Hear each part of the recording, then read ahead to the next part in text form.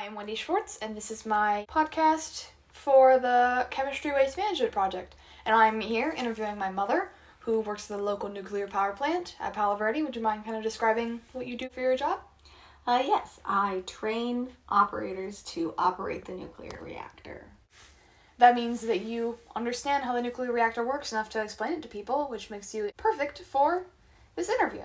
So, how exactly does the nuclear reactor at Palo Verde work? I understand it is a pressurized reactor instead of a boiling water reactor, which I'm more familiar with from your previous job. So that's correct. I do work at a pressurized water reactor. And so kind of the difference between a pressurized water reactor and a boiling water reactor is that in a pressurized water reactor, you don't boil the water. You have a single primary system that is completely separated from where we do boil water in the secondary system to make steam, which turns a turbine, which turns the generator, which produces the electricity that's then used throughout the Southwest. So how exactly is nuclear waste produced? I know that, that you use uranium-235? Is that the one? Yes, uranium-235 in our reactors. We enrich it to the percent that they would like. And as the fuel produces energy, the uranium becomes other elements because it is being broken apart, and that breaking apart actually releases energy because it takes a lot of energy to hold it together. That's relatively similar to what, our sun does by flinging hydrogen atoms together so hard that they fuse. That's right. The fuel is usually used about 3 cycles. A cycle for a nuclear reactor is 18 months at Palo Verde. And at the end of that cycle, some of the fuel will come out of the reactor, somewhere between a third and half, depending on the fuel concentration, and it's replaced with new fuel. So that old fuel, the spent fuel as we would call it, then gets moved into a spent fuel pool. One of the things that you need to be careful of fuel that has been in a reactor and been irradiated for a cycle is it needs to be cooled, because you have what's called decay heat, which is continued to be produced even after the fuel is shut down. So you have to keep it cool, otherwise the internal temperature will go up and it'll eventually melt, and that would be very bad. But has happened at several different places, including 3 Mile Island and Fukushima. So the fuel that comes out of the reactor after the cycle is then put in the spent fuel pool. And it hangs out in the spent fuel pool for quite a while, cooling off. So once we let it cool off there, then we put it into what is called dry cast storage, a big metal container that has a grid pattern in it that's going to hold the fuel, and the fuel bundles are put in there. Then all of the water is vacuumed out of it until we get the humidity down so low that there's absolutely no way there's any water in there.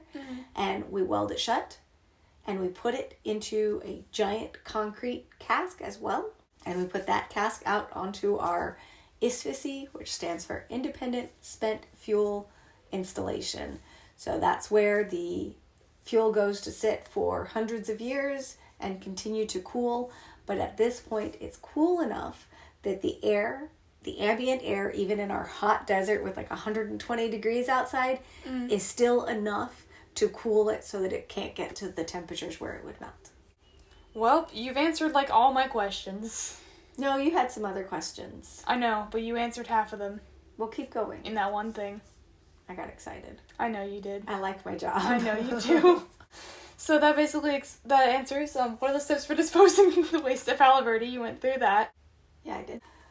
We also have low-level radioactive waste. For instance, we sample the primary water, and we do different chemistry analysis on them for a couple of different elements like iodine and cesium, because these are ways for us to check on our fuel. But you have to dispose of that water after you're done. It doesn't go back in the reactor. We have to do something with it. So that's low-level radioactive waste.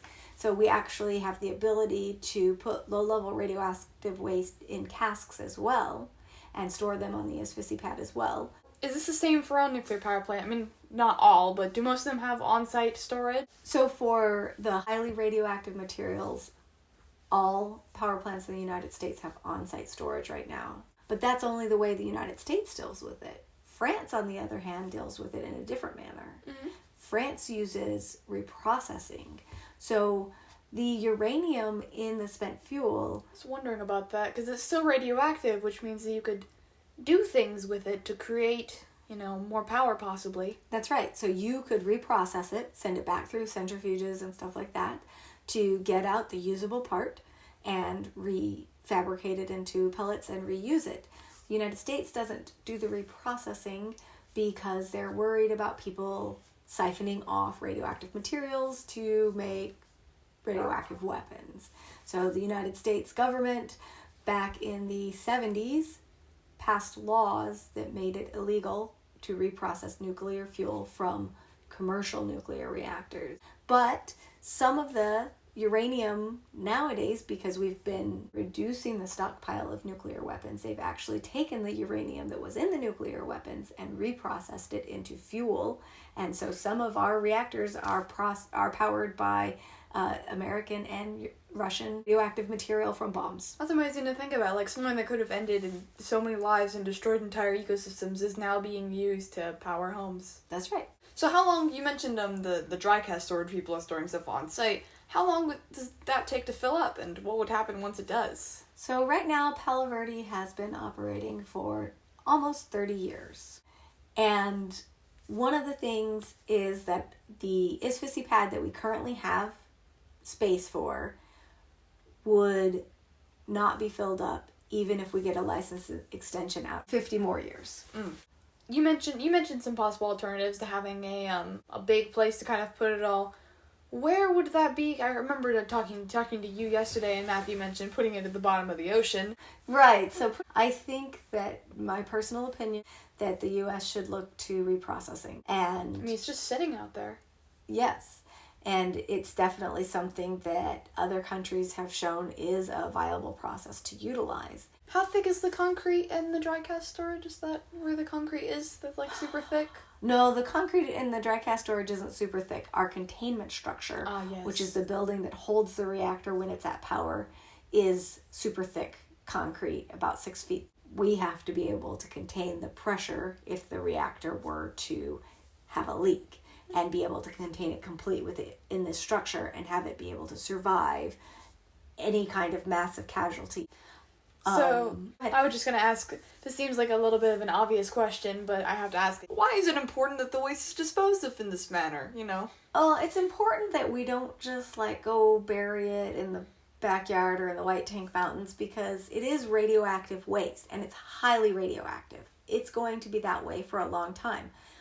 The doses of radiation that you get in a nuclear power plant are very low, because you're actually inside a building most of the time. You're not getting the radiation from the sun. So I actually get less dose by working at a nuclear power plant than I would if I was like a pilot who flies closer to the sun and out of the atmosphere, up higher, so they don't have as much atmosphere protecting them. So in that regard, it's pretty safe. But I have 6 feet of concrete and a bunch of air between me and the nuclear reactor, so I'm not being exposed to it directly. So that's the reason why you need to dispose of it in the proper manner and not just go bury it in somebody's backyard where it could poison water and the groundwater. Because radiation is dangerous. It's just dangerous when you get to a certain level. And at that point, it starts causing mutations and cell death. And burns if it's high enough. That's right. I believe that answers all of my questions about nuclear waste and how it is dealt with, and the consequences if it was not dealt with. Yep. Thank you for taking time out of your day.